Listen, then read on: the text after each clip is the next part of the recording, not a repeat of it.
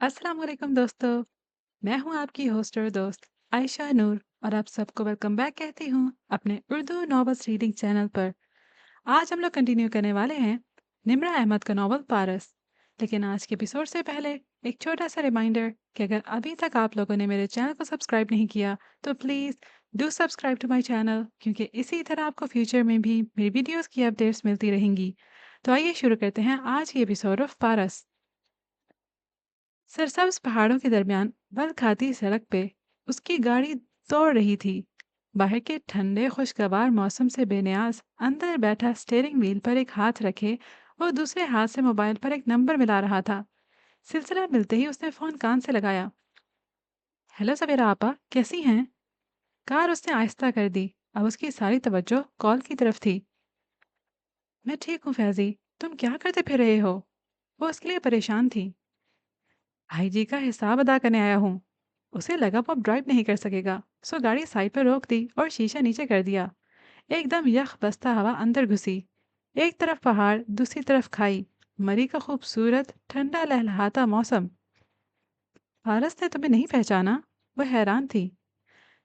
उसने मेरी कभी कोई तस्वीर नहीं देखी, सो कैसे पहचान सकती थी? हाँ, ये भी है।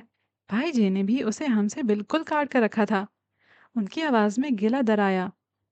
खैर, अब तुम क्या करने का इरादा रखते हो? पारस को सजा दूंगा या दिलवाऊंगा, और वो सब जो भाईजी ने उसके नाम लगवाया है सब वापस लूंगा। मैं तुम्हारे साथ हूँ फैजी, मगर ऐसा कैसे मुमकिन हो सकेगा? वो फिक्रमंद थी। उसने शाने उचकाए। मैं आहिस्ता आहिस्ता उसके कागजात तक रसाई हासिल करने की कोशिश कर रहा हूँ। जल्दी मुझे कामयाबी मिलेगी। तनवीर भाई मेरी पूरी मदद करेंगे। सड़क पर उसकी कार अकेली खड़ी थी। दूर दूर तक वैरानी छाई थी। यहाँ वो बहुत आरामदेह अंदाज में बात कर रहा था। ये तनवीर पर ज्यादा एतबार न करना। मुझे तो ये पारस के साथ मिला हुआ लगता है। वो मशकूक अंदाज में बोली। क्यों?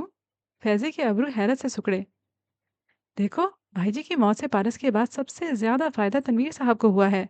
वो सबसे सीनियर ओहदेदार थे। भाईजी के बाद बहुत कुछ उनके हाथ में आया है। क्या उन्होंने फायदे नहीं उठाए होंगे? एक तो आपा, आप हर किसी पर शक करती हैं। उसे उनकी बात नागवार गुजरी थी। वो ऐसे नहीं हैं। भाईजी के पुराने दोस्त हैं। हमारे घर में बरसों से आना जाना था उनका। वो थोड़ी सी तरक्की या ओहदे के लिए ऐसा नहीं कर सकते। अरे, पाकिस्तान में तो मोबाइल के पीछे चोर उचक के गले काट जाते हैं, और तुम कहते हो थोड़ी सी तरक्की? वो बाकायदा बुरा मान गई थी। पता नहीं, मगर मैं उन पर शक नहीं कर सकता। मुझे तो पारस का हाथ लगता है इसमें। वो मतलब था। हाँ, तो उसी का प्लान किया होगा सब। तनवीर साहब को किसी बड़ी चीज का वादा दिया होगा, और अब वो साथ मिल गए। और तो और हमारे मुलाजिम तक उस लड़की का दम भरने लगे हैं। डैशबोर्ड पर रखा उसका दूसरा मोबाइल बजने लगा। उसने चौंक कर उसे देखा, फिर आपस में फोन पर बोला। फ़ोन आ रहा है मेरा, बाद में बात करता हूँ। आपसे फिर मुझे पारस के घर भी जाना है। हमारे घर फैज़ी। उन्हें उसका लाशऊरी तौर पर ही सही उस घर को उसकी मलकियत तस्लीम कर लेना भी नागवार गुजरा था। पारस हमारे घर में नहीं रहती। भाई जी ने उसे और उसकी माँ को होटल के करीब बड़ा सा बंगला लेकर दिया था। वो उसके साथ वहीं रहते थे। हमारा घर तो यहाँ से काफ़ी दूर है। अच्छा, तो वो घर किसके नाम है? वो तेज़ी से बोली। पारस के। उसने गहरी सांस लेकर फ़ोन बंद कर दिया और अपना दूसरा मोबाइल उठा लिया। ऑफिस के साथी की कॉल थी, उसे सुननी पड़ी। ठंडी ठंडी सी शाम पहाड़ियों पर उतर रही थी। पारस के बंगले के टेरेस से दूर दूर तक फैले पहाड़, खाइयाँ, बलखाती सड़क सब नजर आ रहा था। वो वहीं टेरेस पर खड़ी थी। शॉल पीछे से दोनों कंधों को ढकती आगे आकर बुक्कल की सूरत थी। उसने गहरा भूरा रंग पहन रखा था। चूड़े के साइज की कानों में पड़ी बालियां हवा के साथ जरा जरा सा हिलती। आंखें दूर नीचे जमी थीं, जहां सड़क की एक तरफ बनी पथरीली सीढ़ियां ऊपर पार्क तक जाती थीं। वाकयात रोशनाई की तरह होते हैं। जिस जगह डाले जाएं वहां अपना निशान जरूर छोड़ जाते हैं, मगर वो हर शख्स को नजर नहीं आते।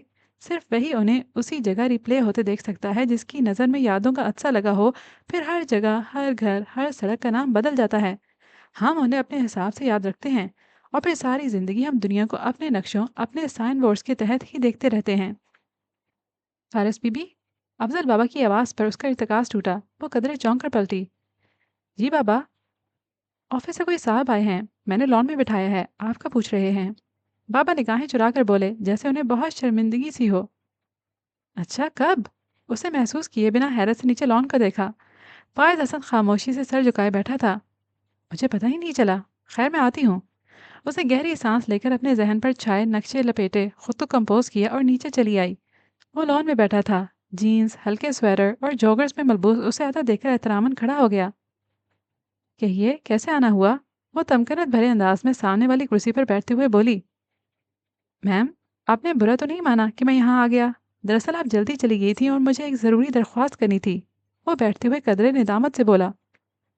میں سن رہی ہوں میم، بات یہ ہے کہ مجھے ہوٹل کی طرف سے یہاں قریب میں ہی رہائش مل گئی ہے، مگر وہ بیچلرز پورشن ہے۔ انگلیاں باہم پھنسائے وہ تذبذب سے کہہ رہا تھا۔ امی اور بہنیں، کیا کروں میں ان کا؟ وہ میرے ساتھ رہنا چاہتی ہیں، اصرار کر رہی ہیں۔ پارس نماغ سے سنتی رہی، کچھ بولی نہیں۔ تنویر صاحب نے بتایا تھا کہ آپ کے گھر کی پچھلی طرف جو 2-3 گھر ہیں وہ بھی ہوٹل ملازمین کے لیے ہیں، ان میں سے ایک گھر خالی ہے۔ میں ایک بہت جونیئر عہدیدار ہوں، نیا ہوں، پھر بھی سوچا درخواست کر لوں، اگر مجھے وہ گھر مل سکے تو۔ اس نے فکرہ ادھورا چھوڑ دیا۔ شال لپیٹے پیچھے ہو کر بیٹھی پارس مسکرائی۔ کل صبح وہ تلخی سے مسکرائی تھی، آج نرمی سے دل سے مسکرا رہی تھی۔ بعض لوگ مسکرانا بالکل بھول جاتے ہیں، یہاں تک کہ ان کے ہونٹوں کے گرد لاف لائنز بھی غائب ہو جاتی ہیں۔ پھر اگر کبھی وہ ذرا بھی مسکرا دیں تو لگتا ہے ان کی گردن پر کوئی اجنبی چہرہ ٹھہرا ہے، ایسا اجنبی جس سے آپ شناسا بھی ہوں اور وہ آپ کو اچھا بھی لگے۔ میں کبھی وہ گھر آپ کو نہ دیتی اگر یہ درخواست آپ کی فیملی کی طرف سے نہ ہوتی۔ قدر کیجیے گا ایسے رشتوں کی جو آپ کے سینے کے اوپر پہنی جیب کے بجائے سینے کے اندر دھڑکتے دل میں دلچسپی رکھتے ہوں۔ مہم، میں بتا نہیں سکتا کہ میں کتنا خوش ہوں، عالی اور ہمارے تو خوشی سے پاگل ہو جائیں گی۔ وہ بہت خوش، بہت احسان میں نظر آ رہا تھا۔ پارس کی مسکراہٹ مزید نرم ہو گئی، اس کی آنکھوں میں خوشی تھی۔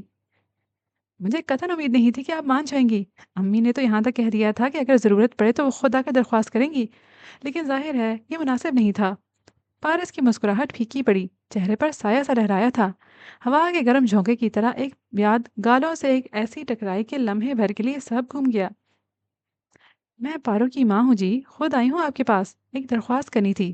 پارو کہنے میں ہچکچا رہی تھی، دانت نکوس کر کہتی فیروزہ مائی نے تائیدی نظروں سے ساتھ بیٹھی مضطرب و اداس 17-18 برس کی لڑکی کو دیکھا جس کی تھوڑی ندامت کے باعث سینے سے لگی تھی۔ کہو، سلائی سینٹر کی مالکن آنٹی نے بیزاری سے کہا۔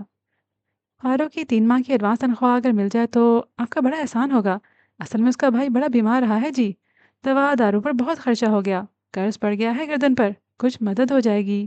لڑکی کی تھوڑی جیسے سینے سے چپک گئی تھی، آنکھیں ڈبڈبا رہی تھیں، ہر طرف دھند چھا رہی تھی۔ ماں منتیں کر رہی تھی، آنٹی انکار کر رہی تھی۔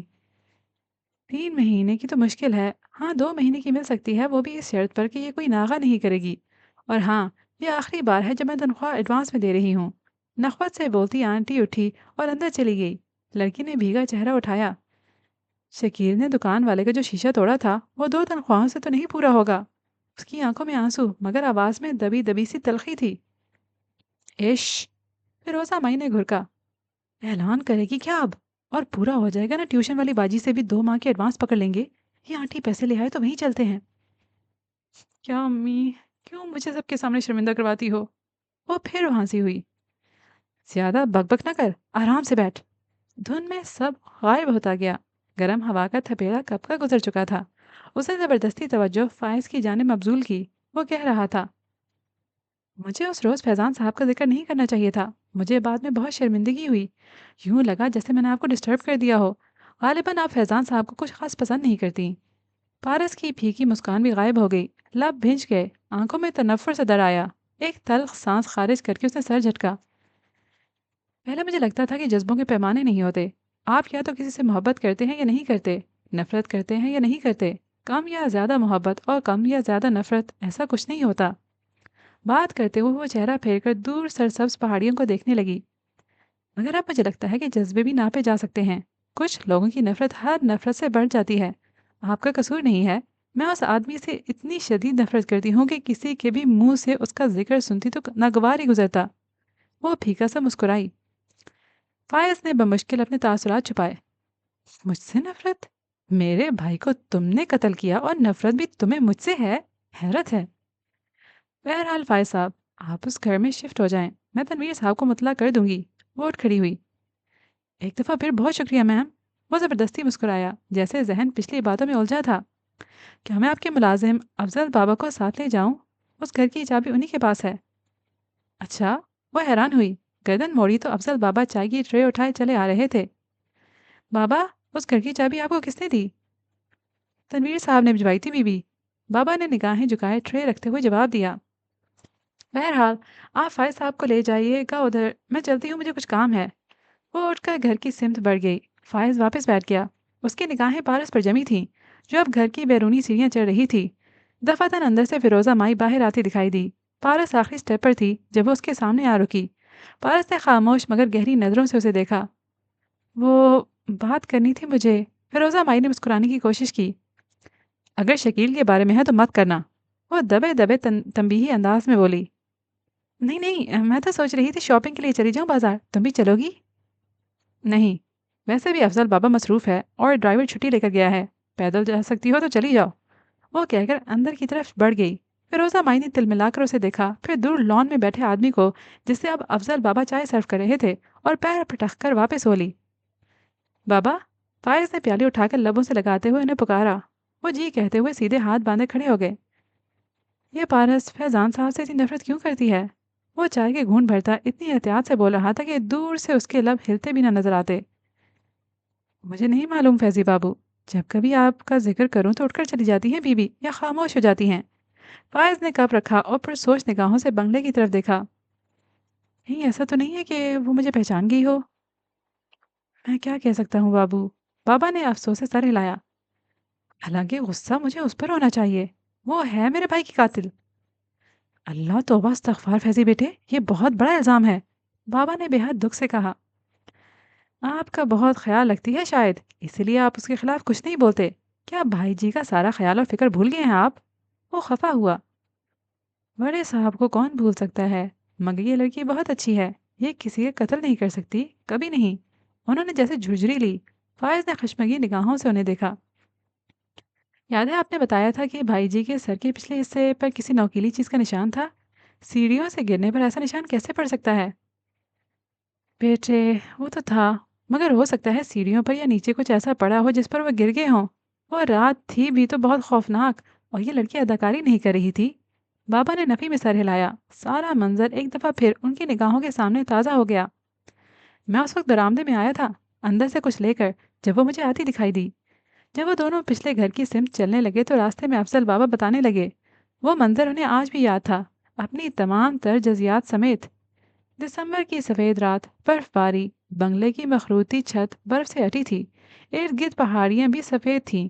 बंगले के सामने सड़क शाम को ही साफ की गई थी। सुबह सुरमई दिखाई देती थी, बाकी हर सू सफ़ेदी थी। उस वक्त नरम नरम सी बर्फ गिर रही थी जब अफसल बाबा जैकेट टोपी और मफलर में लिपटे बाहर बरामदे में आए। वो जिस काम से आए थे अभी वो इंजाम देने का सोचा ही था कि सामने बड़े गेट से वो भागकर आती दिखाई दी। वो गिरती पड़ती दौड़ती आ रही थी। स्याह लंबे ओवरकोट में मलबूस, जिसकी हुड सर की पुश्त पर गिरी थी और बालों पर बर्फ के जरात ठहरे थे।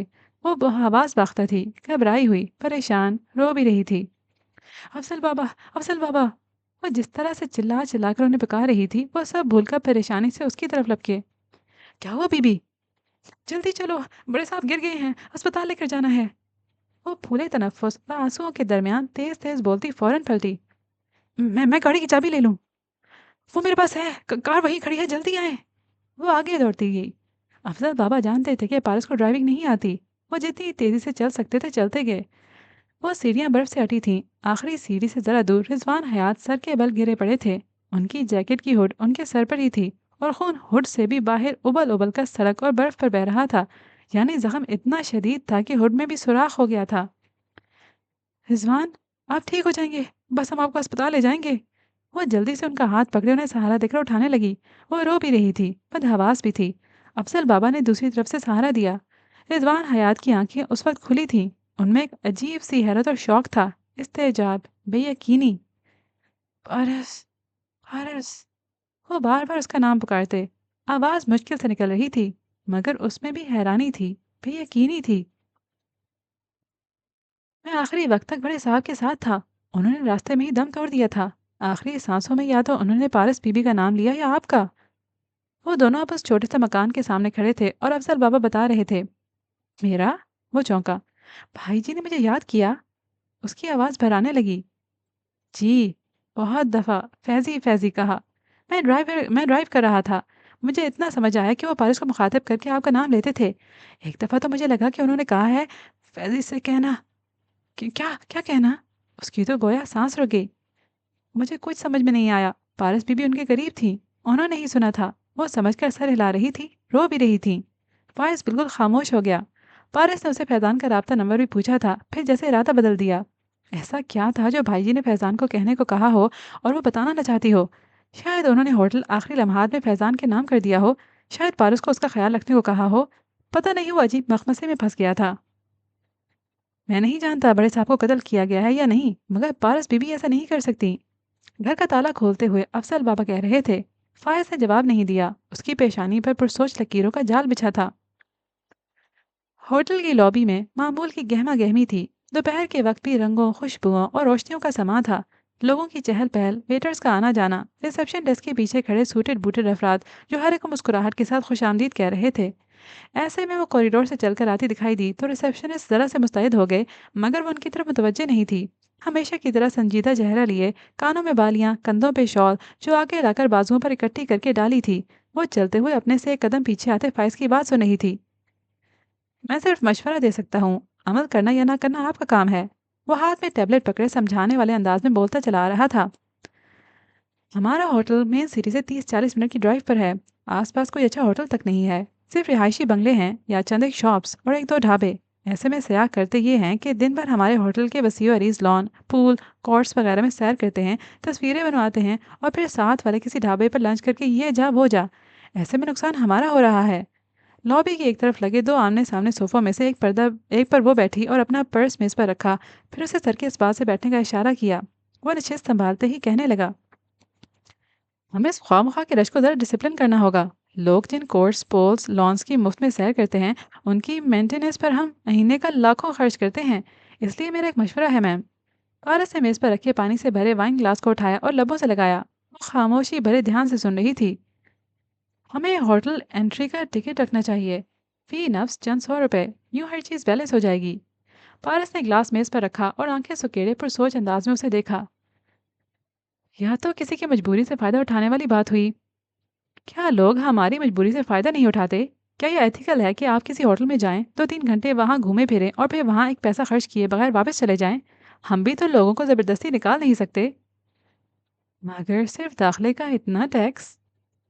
मैम, देखिए ये टैक्स उनके खाने के बिल में एडजस्ट हो जाएगा। हम कहेंगे कि जितना आपका टैक्स बन रहा है, आप इतने का खाना फ्री खा सकते हैं। सिंपल। ओके, अब आपने दुरुस्त बात की है। उसने तायदी अंदाज में सर हिलाया। फायज ज़रा सा मुस्कुराया। ऐसा करते हैं, मैं। पारस बोलते बोलते रुकी।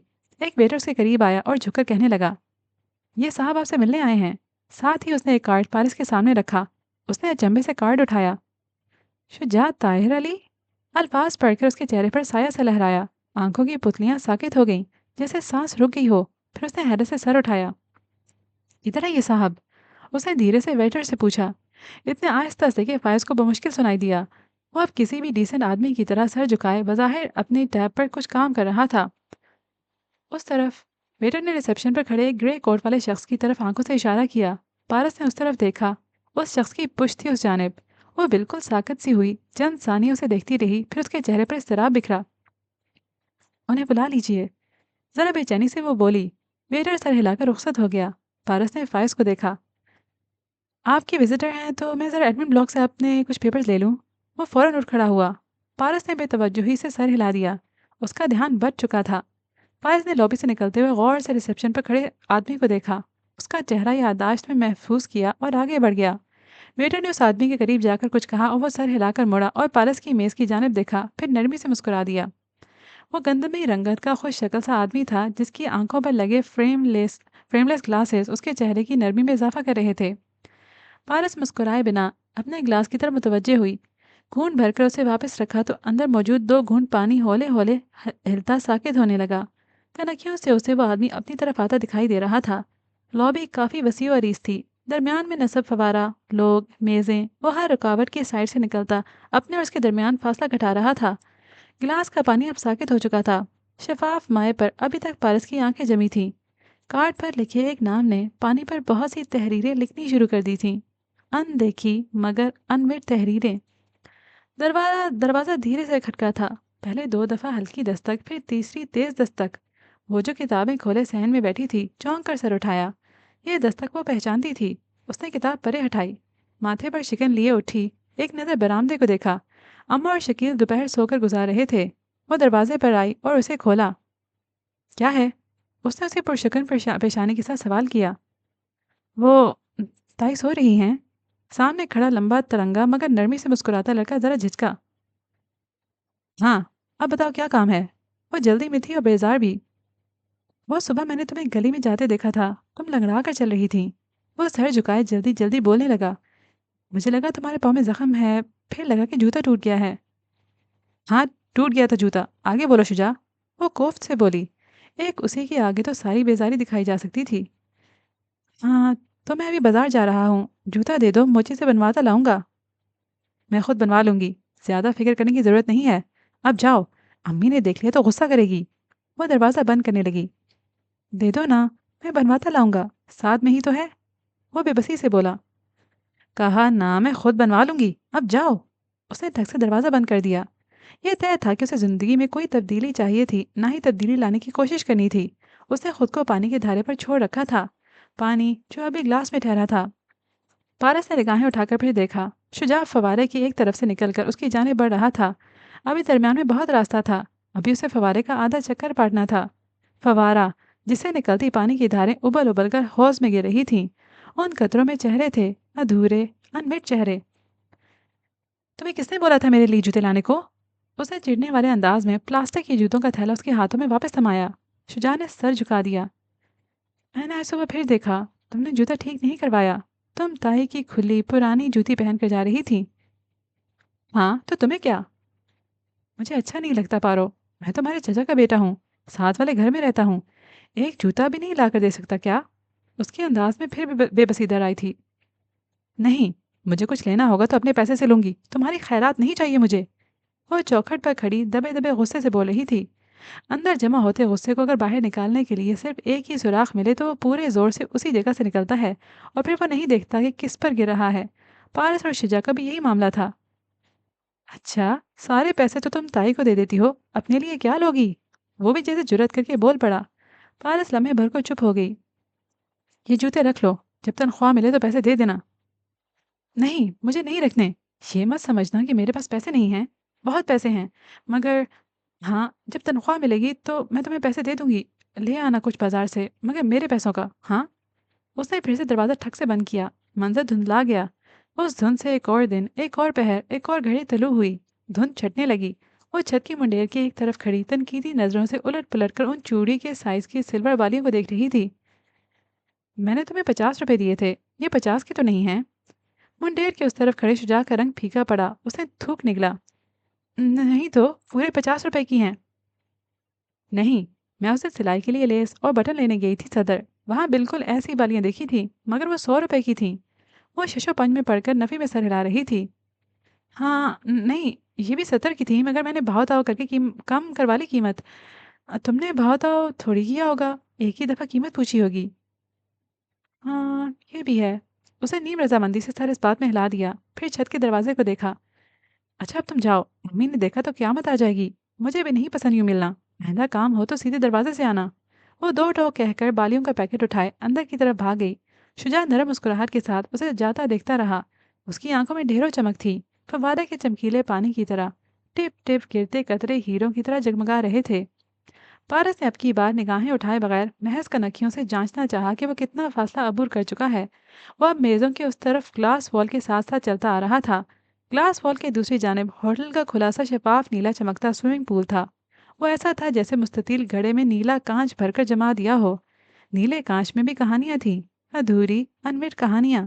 वो रात के वक्त छत पर कुर्सी डाले बैठी तारे देख रही थी, गर्दन कुर्सी की पुष्ट से टिकाकर, चेहरा आसमान की तरफ कर रखा था। चोटी पीछे गिरी थी और बालियां कानों में चमक रही थीं। जहाँ पूरा साल नहीं पहनी थी बालियां, वहां अब भी न पहनती। आवाज पर वो चौंकर सीधी हुई। मुंडेर पे बाजू रखे खड़े वो मुस्कुराते हुए बोला था। उसकी पिछली यादों की निस्बत वो अब खासा पुरएतमाद लग रहा था। और खुद पारस के चेहरे पर न कुल्फत आई न बेजारी, बस संजीदगी से उसे देखा। क्या है? उस एक साल में 3 दफ़ा ताई ने तुम्हारी अलमारी से ये बालियां ढूंढ कर कूड़े में फेंकी हैं। हर दफ़ा उठा लाती हो वापस और धोकर संभाल लेती हो। क्या ये इसलिए है कि उन्हें मैं लाया था? पारस ने जरा से शाने उचकाए। मुझे लाने वाले से फर्क नहीं पड़ता। अगर पड़ता है तो सिर्फ इस बात से कि ये मेरी वो पहली कमाई है जो मैंने खुद पर खर्च की है। और शायद वाहिद भी। उठकर जाने लगी जैसे बैठना बेकार हो। मैं बरतानिया जा रहा हूँ। वो ठिठक कर रुकी और पलटकर उसे देखा। क्यों? से आंखों में हैरत उभरी थी। लोग क्यों जाते हैं? पैसा कमाने, घर की हालत अच्छे करने। वो चंद लम्हे उसे देखती रही, फिर जरा से कंधे उचकाए। अच्छी बात है, करो घर के हालात अच्छे। मैं जाऊँ अब? एक मिनट सुनो। वो सीधा होकर खड़ा हुआ। उसके चेहरे पर अब संजीदगी ही संजीदगी थी। तुम मेरा इंतजार करोगी? नहीं। वहां तब्दीली की कोई ख्वाहिश नहीं थी। अगर मैं कहूँ कि करना तभी नहीं। उसे जैसे दुख हुआ। नहीं, मेरे पास करने को और भी बहुत काम है। चंद लम्हे दोनों के दरमियान तारीख खामोशी छाई रही, फिर वो ठहरे हुए अंदाज में कहने लगा। मैं खत लिखूंगा, फोन भी करूंगा। अम्मा तुम्हें मेरे खत जरूर देगी। मत लिखना, ना ही फोन करना। अगर मुझे तुम्हारा इंतजार करना हुआ तो मुझे खत या फोन की जरूरत नहीं होगी। ना करना हुआ तो तुम्हारे सारे खत सारे फोन बेकार। मैं आऊंगा पारो, तुम्हारे लिए आऊंगा। बिल्कुल वैसे ही, अगर तुम्हें आना हुआ तो आ जाओगे, और जब आओगे तब की तब देखी जाएगी। अल्लाह हाफिज। वो तेजी से दरवाजे की तरफ बढ़ गई। पहली सीढ़ी पर कदम रखकर उसने दरवाज़ा बंद करते हुए आखिरी बार देखा। वो अपनी छत की मुंडेर के पीछे खड़ा यासियत से उसे उसी की तरफ देख रहा था। पारो की आंखों में पानी चमका। उसने आहिस्ता से दरवाज़ा बंद कर दिया, फिर अपनी बालियों को छुआ। पानी का एक कतरा गाल पर लुढ़का, फिर दूसरा, फिर तीसरा, मगर चौथा नहीं गिर सका। शौरी कोशिश नहीं थी, लाशौरी स्टॉप लग गया था कि जज्बा बस इतना ही था। नीले कांच पर सूरज की शुआएं रक्स कर रही थीं। वो ग्लास वॉल के साथ चलता हुआ उसकी मेज के सामने आ रुका। पारस ने सर उठाया। वह नरमी से मुस्कुरा रहा था। वो बदल गया था। ज्यादा खुश शक्ल हो गया था। कपड़े भी अच्छे थे। सूट और ड्रेस शर्ट। बहुत अमीर नहीं मगर डिसेंट। वो हल्का सा मुस्कुराई। रश्मि से मुस्कुराहट लिए जगह से उठी। अस्सलाम वालेकुम, क्या मैं आपको जानती हूँ? शुजा की मुस्कुराहट लम्हे भर को फीकी पड़ी। फिर वो दोबारा से मुस्कुराया और सर झटका। क्या तुम ये पूछना चाह रही हो कि मैं तुम्हें जानता हूँ या नहीं पारस? मिसेस रिजवान हयात। और नहीं, आप मुझे नहीं जानते। बैठिए। वो हाथ से सामने वाले सोफे की तरफ इशारा करते हुए वापस बैठी और टांग पे टांग रख ली। नफासत, तमकिनत, एतमाद। शुजा ने जैसे तस्लीम करते हुए सर को इस बात में खम दिया और बैठ गया। अगर आप इजाज़त दें तो मैं ये कहना चाहूँगा कि आप मुझे नहीं जानती मगर मैं आपको जानता हूँ, हमेशा से। पारस से मुस्कुराकर सर झटका। कितना अजीब लगता है ना शुजा, जब आपके मादी से कोई उठकर आपके सामने आए और दावा करे कि वो आपको जानता है। पता है, मैं तो हंस देती हूँ ऐसे कुराबदारों पर। वो हल्का सा हंसी। वो कैसे हमें जान सकते हैं जबकि हमारे और उनके दरमियान कई बरसों की खलीज हायल हो चुकी हो। वक्त और वक्त के लगाए जख्म ये जितना बढ़ते जाएं उतना ही माजी के कुराबदारों से आपको दूर कर देते हैं। और हमारे दरमियान तो 8 साल हायल हैं। और पता है शुजा, ये खलीज नहीं है, ये तो खला है जिसका कोई किनारा नहीं होता। अपनी बात कहकर वो फिर जरा सा मुस्कुराई। शुजा ने उसी नर्म मुस्कुराहट के साथ सर होले से झटका। मिसेस पारस, आप उस खला के पार भी वैसी ही हैं जैसा आपको होना चाहिए था। इन 8 सालों में मैंने जितनी दफ़ा भी तुम्हारे बारे में सोचा यही लगा कि अब तुम ऐसी होगी, बिल्कुल ऐसी ही, और मैं गलत न था। इंसान बहुत पेचीदा मशीन है। जितना इंसान खुद अपने आप को जानता है उतना कोई दूसरा इंसान उसे नहीं जान सकता। यानी मैं इस दावे से पीछे हट जाऊं कि मैं आपको जानता हूँ। ठीक है, शायद इसी में बेहतरी हो। पारस उसी तरह बेतासुर आंखों से उसे देखती मुस्कुरा रही थी। सो शुजा, अब इतने अरसे बाद अचानक कैसे आए हो? फिक्रा ख़त्म करते ही पारस ने गर्दन हिलाए बगैर निगाहें आगे पीछे दौड़ाईं। होटल रिसेप्शन, लॉबी की ऊंची छत, चार दीवारी, बाहर के खुले हरे भरे मैदान, पूल, और वापस अपने पर्स तक फिर निगाहें उसकी तरफ उठाई और मुस्कुराई। वो गौर से उसके तासुरात देख रहा था। उसकी मुस्कुराहट में एक उदासी दराई थी। नहीं पारिस, मैं इन चीज़ों के लिए नहीं आया। जानता हूँ कि ये होटल अब तुम्हारी मलकियत है। ये भी जानता हूँ कि तुम एक अमीर बेवा बन चुकी हो। ये नहीं जानता कि तुमने रिजवान हयात से शादी क्यों की थी, मगर मैं सिर्फ तुमसे मिले आया हूँ। मिलिए। उसकी मुस्कुराहट सिमटी। शुजा उठ खड़ा हुआ। तुम्हारे घर का एड्रेस है मेरे पास, मगर तुम्हारी इजाज़त के बगैर नहीं आना चाहता। ताई से भी मुलाकात हो जाएगी इस बहाने। जब जी चाहे आओ। मेरे कज़न हो, मुझे क्या एतराज़ होगा? पारस ने हल्के से अब्रू अचकाए। थैंक्स। वो फीकी से मुस्कुराहट के साथ पलट गया। اس کے پلٹتے ہی پارس کے چہرے کے تاثرات بدلے۔ بے رحم مسکراہٹ کی جگہ سپاٹ سنجیدگی چھا گئی۔ آنکھوں میں البتہ لمحے بھر کو اضطراب جھلکا تھا، پھر خاموشی، سرد پن۔ وہ لوبی سے نکل کر باہر چلا گیا تھا۔ پارس موبائل پر فائز کا نمبر ملانے لگی۔ اس کے انداز سے البتہ بے توجہی عیاں تھی۔ افضل بابا نے پانی کی ٹوٹی بند کی، دھلی دیگچی سلیب پر رکھی، مگ ٹوکری میں ڈالے اور صافی سے ہاتھ پہنچتے ہوئے اپنے خیال میں پلٹے کہ ایک دم ڈر گئے۔ سامنے فیضان کھڑا تھا، انہیں ڈرتے دیکھ کر مسکرایا۔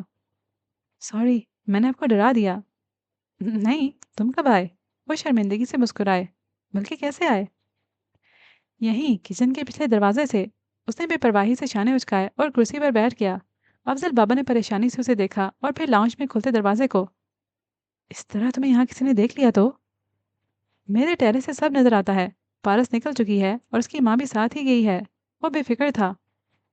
ہاں، انہیں دفتر جانا تھا اور فیروزہ بیگم کو کہیں راستے میں اتارنا تھا۔ افضل بابا پھر بھی مطمئن نہیں ہوئے تھے۔ چہرے پر پریشانی ہنوز موجود تھی۔ ان میں سے کوئی کسی بھی وقت آ سکتا ہے۔ جانتا ہوں، میرا کام زیادہ لمبا نہیں ہے۔ پہلے مجھے بتائیں، پارس کی اپنی ماں سے کیسے تعلقات ہیں؟ افضل بابا ششو پنج میں پڑ گئے۔ ہاں ٹھیک ہیں، دونوں زیادہ بات نہیں کرتی، ویسے وہ اس کی سوتیلی ماں ہے۔ اچھا، وہ چونکا۔ بھائی جی کو پتہ تھی یہ بات؟ ظاہر ہے۔ افضل بابا نے اس بات میں سر ہلایا۔ وہ اب کھڑکی کے قریب آ کھڑے ہوئے تھے تاکہ باہر سے کوئی آتا تو انہیں نظر آ جاتا۔ بھائی جی سے اس کا کیسا رویہ تھا؟ بہت اچھا، دونوں میں بہت محبت تھی۔ بابا کے لہجے میں نرمی گھل گئی، جیسے ان دونوں سے زیادہ بابا کو ان سے محبت ہو۔ فائز نے تنفر سے سر جھٹکا۔ سب ڈرامہ ہے اس کا۔ بھائی جی کی موت کا سب سے زیادہ فائدہ پارس کو ہوا ہے۔ ان کا سب سے بڑا ہوٹل اس نے اپنے نام لگوا لیا ہے، اور جانتے ہیں، بھائی جی نے کراچی اور پنڈی والا ہوٹل بھی اس کے نام کر دیا تھا۔ یہ بات مجھے 2-3 ماہ پہلے معلوم ہوئی ہے۔ وہ دبے دبے غصے سے اٹھ کر ٹہلنے لگا۔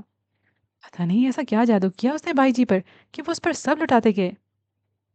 وہ اس سے بہت محبت کرتے تھے فیضی بیٹا۔ مجھے یقین نہیں ہے، مجھے کسی بات کا یقین نہیں ہے۔ میرے نزدیک وہ میرے بھائی کی قاتل ہے، اور میں اپنے بھائی کے خون کا بدلہ ضرور لوں گا۔ کیا کرو گے تم؟ افضل بابا خوف زدہ نظر آنے لگے۔ وہی جو اس نے بھائی جی کے ساتھ کیا۔ وہ بے رحمی سے مسکرایا، پھر سر جھٹکا۔ خیر، آپ نے مجھے بتایا تھا کہ بھائی جی کے سر پر لگی چوٹ سے ان کی جیکٹ کی ہڈ بھی پھٹ گئی تھی۔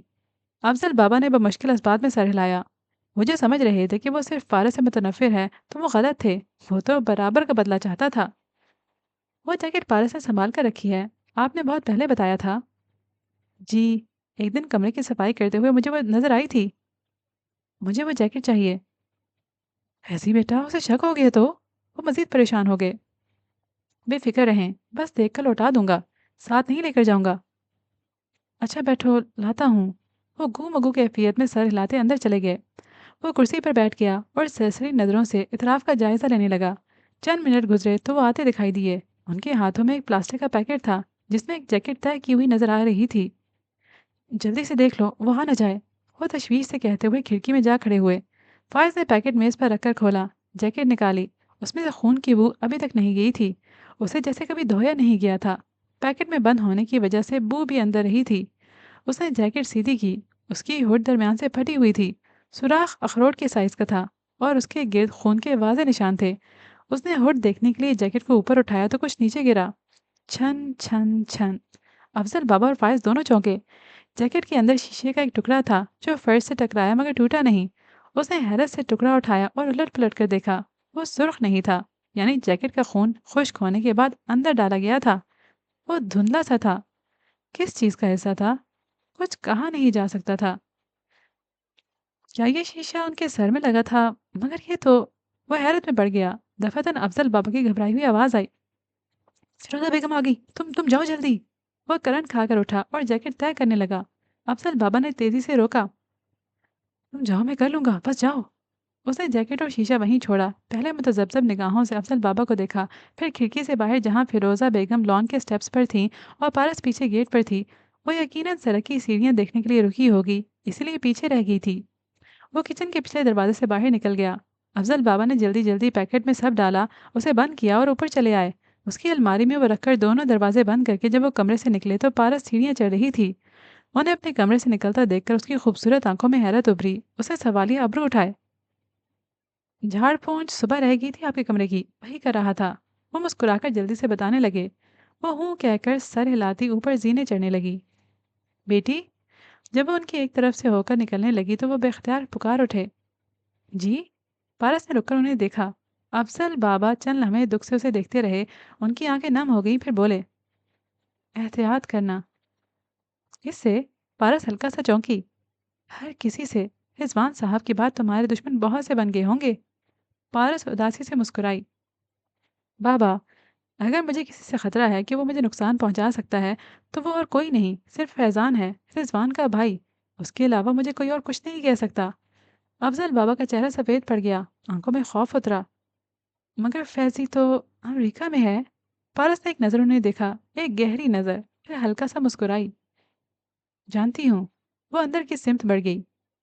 अफजल बाबा के कदम गोया ज़मीन में गड़ गए। जानती हूँ।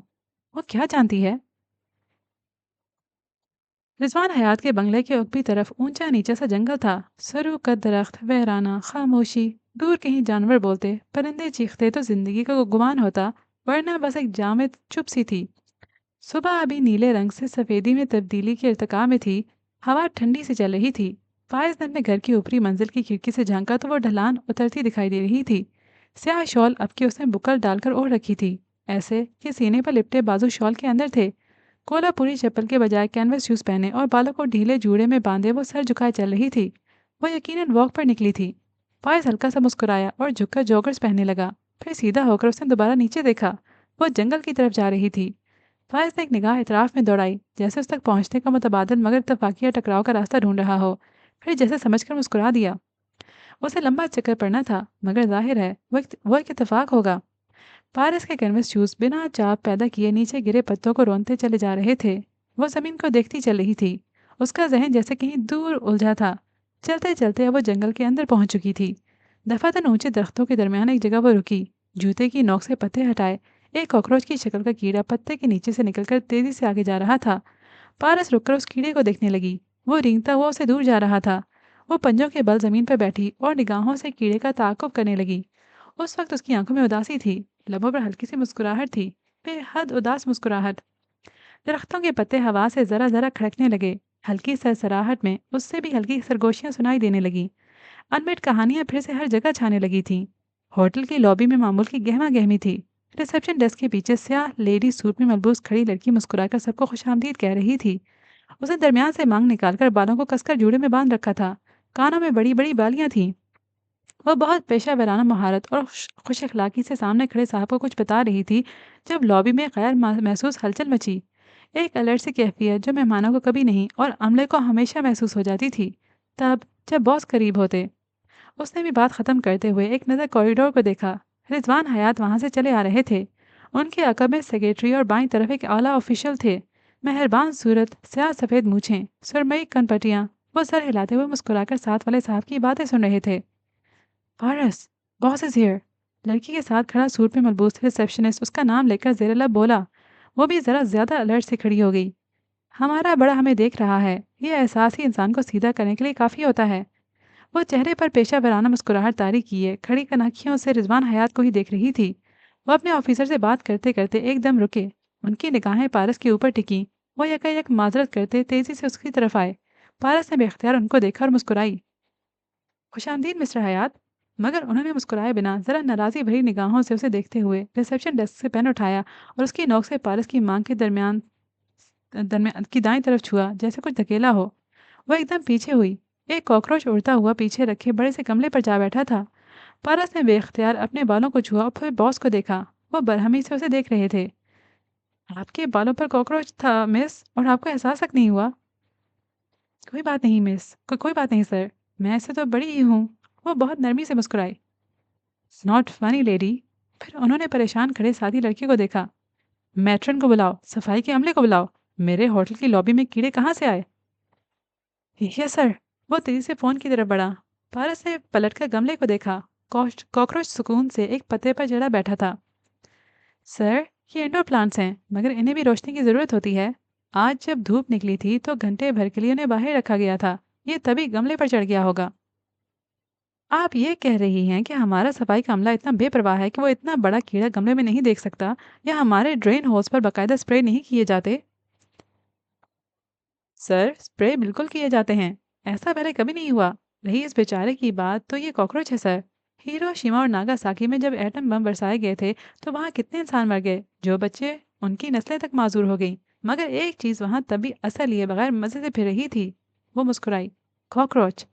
اب جس چیز کو امریکہ کے ایٹم بم نہیں ختم کر سکے اور اسے اسپرے اور دوائیاں کہاں ختم کر سکتی ہیں سر؟ وہ بہت پرسکون، ٹھنڈے مگر مؤدب انداز میں کہہ رہی تھی۔ آپ کو احساس ہے کہ ہمارے ہاں کون لوگ آتے ہیں؟ کس اعلیٰ پائی کے عہدیدار آتے ہیں؟ ملٹی نیشنلز آتے ہیں۔ اگر کوئی اس کا کاکروچ کو ہماری لابی کا فرش استعمال کرتے دیکھ لیتا تو؟ وہ اسی سنجیدگی سے اسے دیکھ رہے تھے۔ سر، یہاں تو ہمیں ساری زندگی ہمارے اپنے رشتے استعمال کرتے رہتے ہیں۔ اگر ایک کیڑے نے ذرا سا فرش پر چل لیے تو کیا ہوا؟ اپنا دل بھی تو بار بار دھو لیتے ہیں ہم، فرش بھی دھل جائے گا۔ پارس نے گہری سانس لے کر شانے ذرا سے اچکائے۔ وہ ہلکا سا چونک کر اسے دیکھنے لگے۔ جب وہ کچھ دیر اور کچھ نہ بولے تو پارس کی مسکراہٹ پھیکی پڑی۔ اسے جیسے معاملے کی سنگینی کا احساس ہوا۔ سر، میں اسے مدد خواہ ہوں، آئندہ ایسا نہیں ہوگا۔ میں فرزانہ میڈم سے کہہ دوں گی، سارے عملے کو پھر سے تنبیہ ہو جائے گی۔ میری بات کو درگزر کر دیجیے گا۔ مجھے ہوٹل یہاں کھڑے ہونے اور بڑی سے بڑی تلخ بات کو بھی خوش اخلاقی سے مٹا دینے کے پیسے دیتے ہیں، میں بس اپنی جاب کر رہی تھی۔ وہ محض ایک نظر اس پر ڈال کر آگے بڑھ گئے۔ صفائی کا عملہ پہنچ گیا تھا، پریشانی، ہلچل، مگر رضوان حیات کچھ کہے بنا جا چکے تھے۔ پارس کو ذرا سی فکر ہوئی، پھر کندھے اچکا کر کام کرنے لگی۔ اس کے سامنے ابلتے فوارے کا پانی ہنوز گر رہا تھا۔ ہیرو کی طرح گرتے قطرے آہستہ آہستہ منظر مٹاتے گئے اور صفحے کو کوڑا کر دیا۔ پھر اس سفیدی پر میٹھے رنگ ابھرنے لگے۔ دیکھ، شکیل کو پیسے چاہیے ہیں تو کسی بھی طرح 3 لاکھ کا بندوبست کر۔ وہ کچن میں کھڑی سلیب صاف کر رہی تھی جب پیچھے سے فیروزہ مائی آ کر بولی۔ اس نے جیسے تھکن سے سر اٹھا کر اسے دیکھا۔ بال پونی میں باندھے، سادہ شلوار قمیض اور سویٹر میں ملبوس وہ تکان زدہ لگ رہی تھی۔ ممی، تم جانتی ہو میری نئی نئی نوکری لگی ہے، مجھے اتنی جلدی ایڈوانس نہیں مل سکتا، اور 3 لاکھ تو ایڈوانس سے بھی اکٹھا نہیں ہوگا۔ مجھے باتیں نہ سنا پا رہو، تیرے بھائی کا تازہ تازہ کاروبار شروع ہوا ہے دبئی میں، اب پیسے نہیں دے گی تو برسوں کی محنت ضائع جائے گی۔ کون سی محنت؟ وہ واپس سلیب پر جھکتے ہوئے ہلکا سا بڑبڑائی۔ پہلے غیر قانونی طور پر دبئی گیا، وہاں پکڑا گیا، ضمانتوں کے پیسے بھرے، وہ قرضے اترے نہیں کہ۔ منہ میں من نہ کر، دیکھ رہی ہوں میں تجھے، جب سے مری آئی ہے بہت زبان چلنے لگی ہے تیری، مگر یاد رکھ میرے ساتھ جھوٹ بولا نہ تو۔ کون سا جھوٹ امی؟ وہ روحانسی ہوئی۔ اتنا قرضہ نہیں مل سکتا، خود کو گروی رکھ دوں کیا؟ زبان نہ چلا میرے آگے، بس مجھے اپنے باس وغیرہ کے پاس لے جا، میں خود بات کر لوں گی۔ امی، خدا کا خوف کرو۔ وہ دہل گئی۔ میں ہوٹل کی ایک معمولی ریسیپشنسٹ ہوں، میں باس سے خصوصی ملاقات کا سوچ بھی نہیں سکتی، کہاں یہ کہ آپ کو ساتھ لے جاؤں، ویسے بھی وہ یہاں نہیں ہوتے۔ مجھے سب پتا ہے، یہ ہمارے آس پاس ہوٹل کا عملہ ہی رہتا ہے۔ سن لیا ہے میں نے کہ بڑے صاحب صبح سے ادھر ہی ہیں، اور فون بھی آ گیا تھا ابھی تجھے رضوان صاحب نے بلایا ہے اپنے آفس، شام 5 سے 6 بجے کے درمیان۔ بس میں تیرے ساتھ چل رہی ہوں۔ مجھے بلایا ہے رضوان صاحب نے، مگر کیوں؟ وہ اکا بکا کھڑی رہ گئی۔ یہ ڈرامے کسی اور کے سامنے کر، 5 بجے تیار رہنا، میں بھی ساتھ چلوں گی۔ وہ وائل کا نیلا جوڑا پہن لوں گی۔ وہ جیسے ہوش میں آئی۔ نہیں امی پلیز، کیوں بےزتی کرواتی ہو؟ انہوں نے مجھے ڈانٹنے کے لیے بلایا ہوگا، خدا کے لیے میرے لیے اور مشکلیں کھڑی نہ کرو۔ وہ پریشان ہو گئی تھی۔ اسفنج، صابن سب رکھ دیا۔ میں کچھ نہیں سن رہی، میں چل رہی ہوں تیرے ساتھ، دیکھنا وہ تجھے فوراً قرض دے دے گا۔ وہ آدمی لہجے میں کہہ کر دروازے سے باہر نکل گئی۔ پارس بے بدی سے اسے جاتے دیکھتی رہ گئی۔ اس کی آنکھوں میں متوقع توہین کے احساس سے پانی بھرنا شروع ہو گیا تھا۔ میڈم آپ؟ کھلی سانسوں کے درمیان آتی آواز۔ یادوں کا بلبلا ٹوٹا، بے رنگ پانی کے ساتھ رنگ فضا میں قطروں کی صورت بکھر گئے۔ پارس چونک کر پلٹی۔ وہ جنگل میں تھی۔ اس کی دائیں طرف سے پائس بھاگتا چلا آ رہا تھا، ٹریک سوٹ میں ملبوس، بال گیلے، چہرے ورزش کی تمازے سے گلابی ہوتا ہوا۔ اس کے قریب آ کر وہ رکا اور حیرت سے اسے دیکھا۔ مجھے نہیں معلوم تھا آپ بھی ادھر واک کرتی ہیں۔ پھر اس نے ذرا فکر مندی سے اسے دیکھا۔ خیریت میم، آپ ٹھیک ہیں؟ پارس نے جواب دیے بنا اس سمت دیکھا جہاں وہ کیڑا رینگ رہا تھا۔ اب وہ ادھر نہیں تھا۔ وہ ہاتھ جھاڑتی اٹھ کھڑی ہوئی۔ ہاں تھینکس، کچھ کھو گیا تھا، تلاش کرنے کی کوشش کر رہی تھی۔ پھر اسے نفی میں سر ہلایا۔ مگر ہر کوئی چیز واپس نہیں ملتی، اپنے ہاتھوں سے کسی کو کھو دو تو وہ کبھی واپس نہیں ملتا۔ فائز کے چہرے پر سایہ سا لہرایا، لب بھنج گئے، آنکھوں میں پتراہٹ آ گئی۔ یا اس نے ابھی اعتراف جرم کیا ہے؟ اپنے ہاتھوں سے بھائی جی کو کھونے کا مطلب انہیں جان سے مارنا ہے؟ پارس اسے دیکھے بنا سست روی سے آگے چلنے لگی۔ وہ چہرے پر ڈھیروں سختی اور کرب لیے اس کے پیچھے قدم اٹھانے لگا۔ آپ نے کس کو کھو دیا؟ وہ دھیرے سے بولا، حتی المقدور کوشش کی کہ آواز میں سرد پن نہ جھلکے، مگر وہ اس کے لہجے کی تلخی محسوس کرنے سے بہت دور تھی۔ میں نے بہت کچھ کھویا ہے، اور سب خود ہی کھویا ہے۔ سب میرا قصور تھا۔ وہ جیسے قدم کہیں اور اٹھا رہی تھی، پڑ کہیں اور رہے تھے۔ کیوں خود کو بلیم کر رہی ہیں؟ جو ہوتا ہے قسمت میں لکھا ہوتا ہے۔ میں نے بہت کچھ گنوا دیا خود ہی۔ سب سب خود ہی کیا۔ وہ جیسے اس کی بات سن ہی نہیں رہی تھی۔ اپنے فارمل پرسونا کو بھلائے وہ خود کلامی کر رہی تھی، کسی ایسے مسافر کی طرح جو سب کچھ ہار کر ننگے پاؤں صحرا میں چل رہا ہو، جسے نہ پیاس ہو نہ منزل کو پانے کی چاہ۔ فائز کے ماتھے کی رگیں تن گئیں، آنکھوں کے سامنے ان گزرے برسوں میں بیتے بہت سے پل لہرائے۔ بھائی جی، اس کے باپ جیسے بھائی، اور اس عورت نے خود ہی ان کو مار دیا اپنے ہاتھوں سے، اور کوئی اسے سزا نہیں دے گا۔ پارس آگے چل رہی تھی۔ وہ نامحسوس انداز میں جھکا اور جوکرز کے تسمے جلدی جلدی کھول کر نکالے، پھر ان کے درمیان گرہ لگائے اور سیدھا ہو گیا۔ میڈم، آپ کو نہیں لگتا کہ آپ بے جا خود کو پریشان کر رہی ہیں؟ وہ اس کے عین عقب میں چل رہا تھا، لمبا تسمہ دونوں ہاتھوں میں لپیٹتے ہوئے اس کی پارس کی پشت کو دیکھتی آنکھیں نفرت سے بھری تھیں۔ رضوان صاحب چلے گئے تو وہ اللہ کی مرضی تھی۔ اب بھی بہت کچھ ہے آپ کے پاس، والدہ، خاندان والے، گھر، ہوٹل، بہت کچھ۔ وہ اب اس کے بہت قریب تھا، صرف ذرا سے بازو آگے بڑھا کر تسمہ اس کی گردن کے گرد لپیٹ سکتا تھا۔ پتہ نہیں فائز صاحب، آپ نہیں سمجھ سکتے۔ وہ سر جھکائے بولی تو واضح ہوا کہ وہ اس کی اتنے نزدیک موجودگی سے بخوبی واقف تھی۔ چیزیں حیثیت نہیں رکھتی، انسان بھی نہیں رکھتے، اہم ہوتے ہیں رشتے۔ جب ہم سے چیزیں چھین لی جائیں تو دل ڈوب ڈوب کر ابھرتا ہے، مگر جب رشتے کھو جائیں تو دل ایسا ڈوبتا ہے کہ پھر ابھر نہیں سکتا، سانس تک رک جاتی ہے، پھر زندگی میں کچھ اچھا نہیں لگتا۔ مجھے بھی کچھ اچھا نہیں لگتا پارس بی بی۔ مجھ سے میرا باپ جیسا بھائی چھین لیا تم نے، تمہیں حساب دینا پڑے گا، لازمن۔ اس نے تسمے ہاتھوں میں ٹائٹ کرتے ہوئے سوچا اور بازو اونچے کیے۔ پارس ایک دم رک گئی۔ فائز کے ہاتھ فضا میں ہی ٹھہر گئے، سانس بھی ٹھہر گئی۔ پارس کی پشت ابھی تک اس کی طرف ہی تھی۔ تو اسی سسپینسفل نوٹ پہ آج کے ایپیسوڈ کو کرتے ہیں ختم۔ انشاءاللہ آگے بھی اسی پوائنٹ سے کنٹینیو کریں گے۔ اگر آپ کو ابھی تک کی سٹوری پسند آ رہی ہے تو کامنٹ سیکشن میں لکھنا مت بھولیے گا۔ اس کے علاوہ بھی آپ کی ناول ریکمنڈیشنز کا مجھے کامنٹ سیکشن میں انتظار رہے گا۔ ابھی کے لیے مجھے اجازت دیجیے، انشاءاللہ آئندہ ملیں گے، تب تک کے لیے ہنستے رہیے گا، مسکراتے رہیے گا۔ اللہ حافظ۔